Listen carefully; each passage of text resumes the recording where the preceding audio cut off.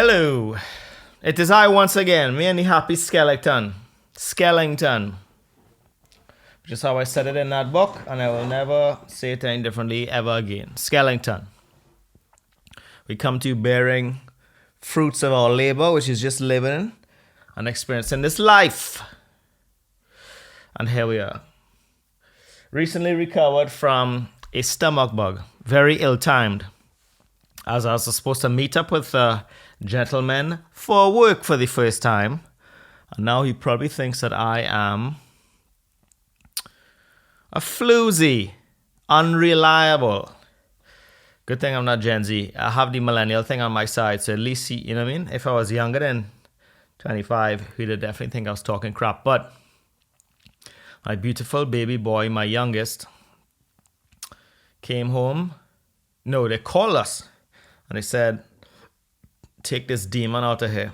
She said, this demon is vomiting everywhere. That's what she called him. Said, y'all didn't pray enough last night and now this demon is vomiting everywhere. Come pick up this forbidden child. Come pick up this demonic bastard. She really went all in. I guess she was upset. She was playing with him and she was like, hiya. And he vomited into her mouth. And that's probably her fault. But this is the thing. You know, my son was completely fine for the 3 weeks that he was home for Christmas. And then what happens after that? Well, he went back into the cesspool of all the other children. And I'm not saying he's any cleaner or dirtier than any of the other kids. It's just the nature of you have that many young, wet-mouthed, blubber-butted children and they're all in one place and they're touching all the same things and they're fighting and you know, actually that would be a good program, is like a baby fighting thing, you know. Maybe you make them skip a couple of meals and then for dinner right before they go home you put a nice cracker in the middle covered with some peanut butter and a little bit of honey on top, and you drizzle the honey real nice so they could see. And you know what I mean? And then they just kind of go at it. I mean, my son he has a violent streak, which we all have in our family. We play it cool. We're people pleasers for the most part, but below that is a very violent streak. And I think most Irish people are like that. My mother's Irish. I grew up in a violent place. You know, and throughout the ages, you kind of had to be violent to survive. And our parents was the last ones, you know what I mean? They saw the war happen. They saw their parents going off to war, coming back from war, sheltering from war. In Trinidad, while we did not take part, no, we did take part in the Second World War. We were on the good guys' side. We're not Nazis. But there's a huge base in Trinidad on the northwestern tip. Huge helicopter pad and there was a airstrip. There were airstrips all over Trinidad. And I'll give the Yankees this. They were built so well. They're still around today.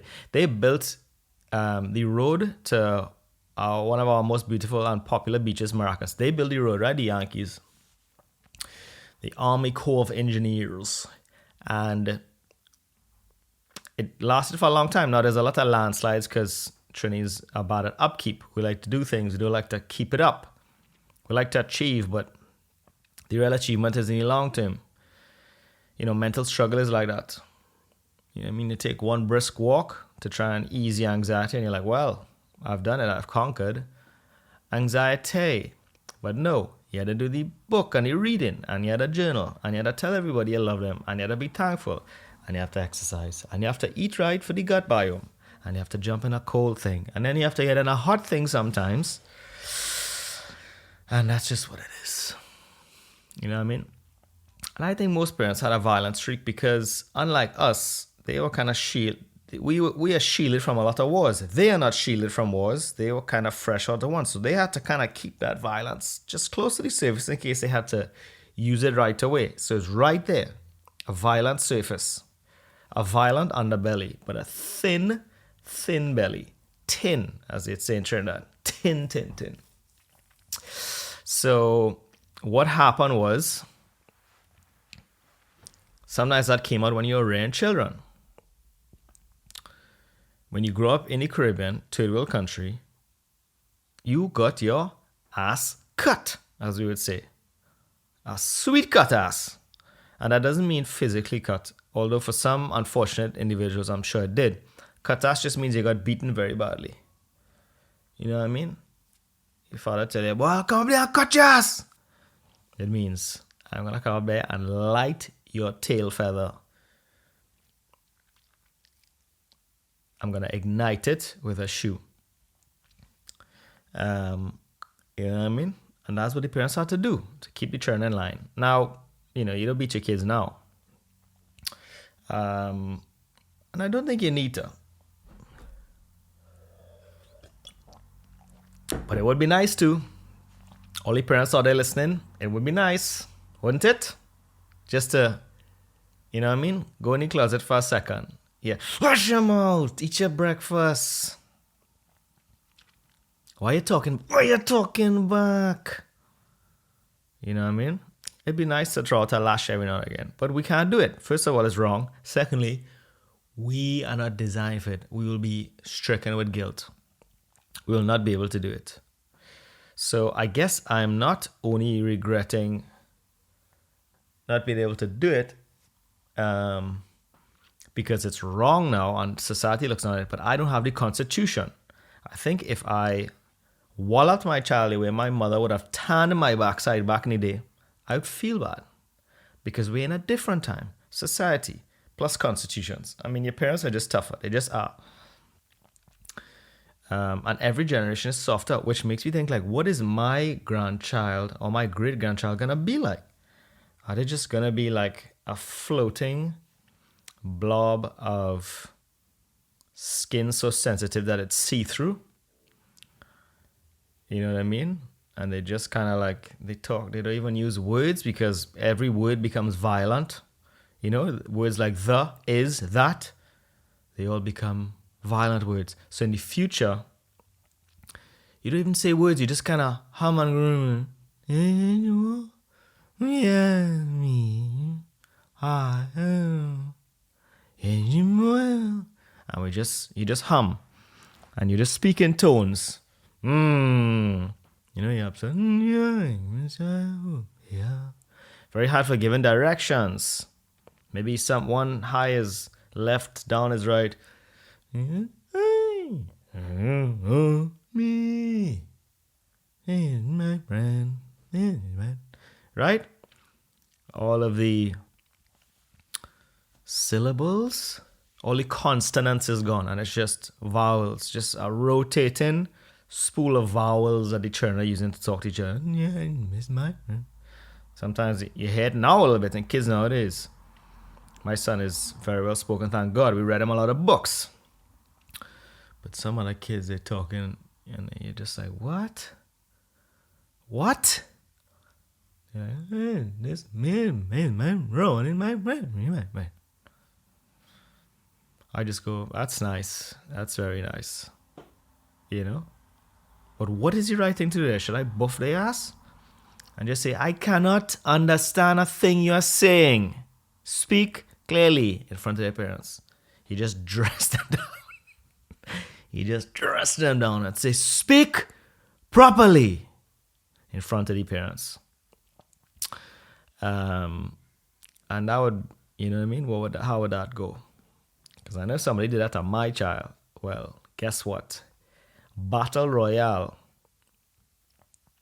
We're going into the drum. 2 men enter. 1 man leaves. 2 men enter. And you just hope that would happen one day. You know, you have all this trapped up, pent up aggression we're not allowed to use. Well, nothing like a schoolyard parent fight. I haven't seen one yet, but it could happen. I give it time. We live in the kind of neighborhood where that is not completely out of the question. of reality.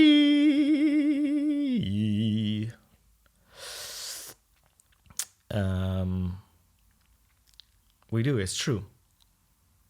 I had a great uncle. Okay, true story. He taught his kids to swim by throwing them off of a 10-meter pier. Swim. Basically swim or succumb to death. That's how they learn to swim. Now, two of them apparently swam nationally for Trinidad and Tobago. I'm turning into one of those future kids. Apparently swam for Trinidad and Tobago. The other one, not too sure. But he was a crazy person. Remember back in the days, everybody got married. So sometimes you'd line up your husband, be an absolute nut job. He had a methodology of headbutting people. He used to say he had two types of butts. One butt to cut you, just to teach you a lesson, and another type of butt to put you down. That's what he used to say. I gave him the cut butt. The next man had to lay him down. And he taught us where to butt on a person. You know what I mean? I had to give them a little shock, let them know what time it is, let them readjust their expectations and decide how they want to go about their life for the next 3 or 4 minutes. Or, boop, sit down on the ground for a second and think about what you've done. You have made some good decisions this morning. And I had to take actions into my own hands. Voodoof! And he was crazy. He used to chew chicken bones with his gums. He got tired of messing with dentures. So you know what he did? He just chewed chicken bones with his gums.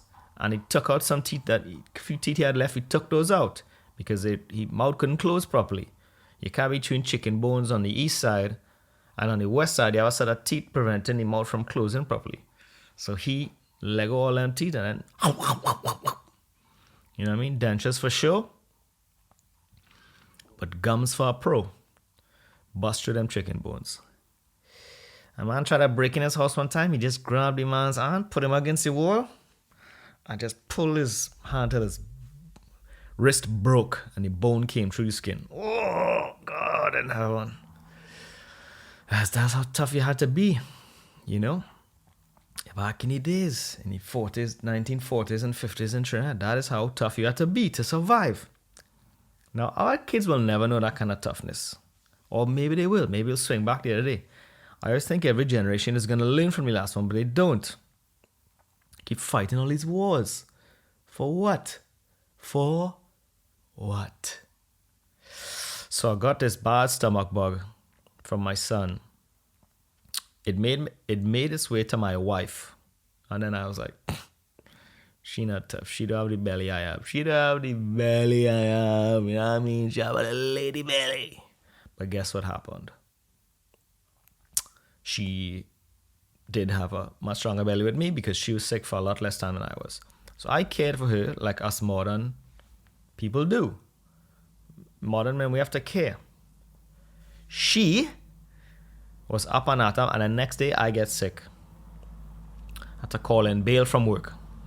Okay? That's what happens sometimes.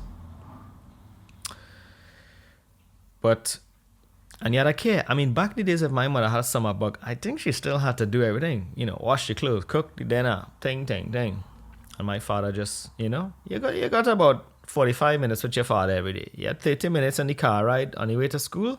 And let me tell you something. With us, is level praise. Level praise. Our father hold a Hail Mary. And my father's always trying to teach us too. He hold up the rosary. He goes, so, okay, and the fifth sorrowful mystery is the crowning of the thorns. Yes, very good. Who wants to take this one? Who wants to take this decade? Huh? Kieran, Amen? Call him, who wants to take this one? Kieran, you take this one. You're just trying to be, you know what I mean? You're just like, Dad, can we just relax on the way to school for a change? And Hail Mary, Mother. Son, loudly, please. Please don't pray like that. Hail Mary. See, they get loud. And then, Holy Mary, man. You're trying to trail off. You falling asleep in the back there during prayers? No, Dad. Prayers in your tail. So that was quality time with us every day. It was 30 minutes of level prayers. I'm not talking about let's do a grace before meals, huh?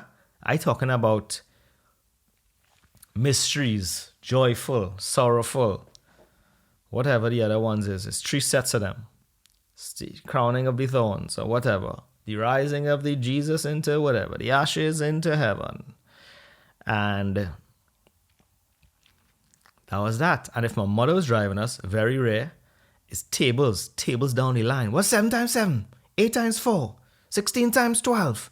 10 times 8? And you going down the line. So now I have good mental math, but don't know how to relax in a car. And my children, like, they get kind of bored. They're like, oh, this drive is a bit boring. We give them a phone. Shouldn't really do that, but we're gonna do, yes. One day we'll get all past this screen nonsense. We'll just go back into the jungle and raise the children. Off the grid. That's the dream, isn't it? Off the grid. Me and the wife always talking about it. It's very alluring. I think I would like 2. I think I want to have an apartment in the city, and then I want to slowly bring the farm together. And then as I get older, I'll be like, you know what? I want to spend more time with this farm here. I want to spend more time with these animals and this nature. Nature.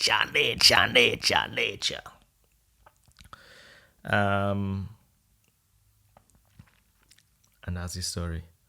So I got sick. You know the story with stomach bugs. You could choose to eat, and then you're honking. Or you could choose not to eat and just wait for the hot grease. Up to you. You make your decision. You lay in your bed. And, when you're coming back, nothing tastes good. The burps when you have a stomach bug. Holy Jesus Christ. What is that flavor? It smells like somebody else burped into my mouth. I inhaled it, kept it in my lungs for a week, and then burped it back out. I'm actually getting goose pimples right now just thinking about how disgusting those burps were yesterday. Yes, that's right, yesterday.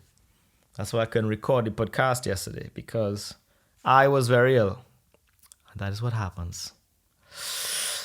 So that's the bottom line, is we should get children, get them fighting over some crackers to build a bit of resilience. We can't just be giving them 4 or 5 meals a day. They had to skip some meals at some point and to learn about the hardships. Because chances are we are going to poop this environment so bad that they're not going to be able to eat much anyway. I mean, there'll be, GMO grains, corn syrup is never going to go anywhere. Bread and corn syrup, that'll be breakfast, lunch, and dinner in a few years. Meat will be a thing of the past. Corn syrup, candy cane, candy corn. A little elf reference there. The other thing is, tell your mother I said hello. She called me. She said, Eamon, I'm worried. I said, they're going to come around. They're doing their best. She said, no, it's not like that anymore. It's different. They don't call me as much, and they told me they were going to live their lives, and now they're not living their lives. Your mother's worried. And I know that because I made sweet love to her, and I didn't want to, but your father insisted. So here we are. Your mother's worried.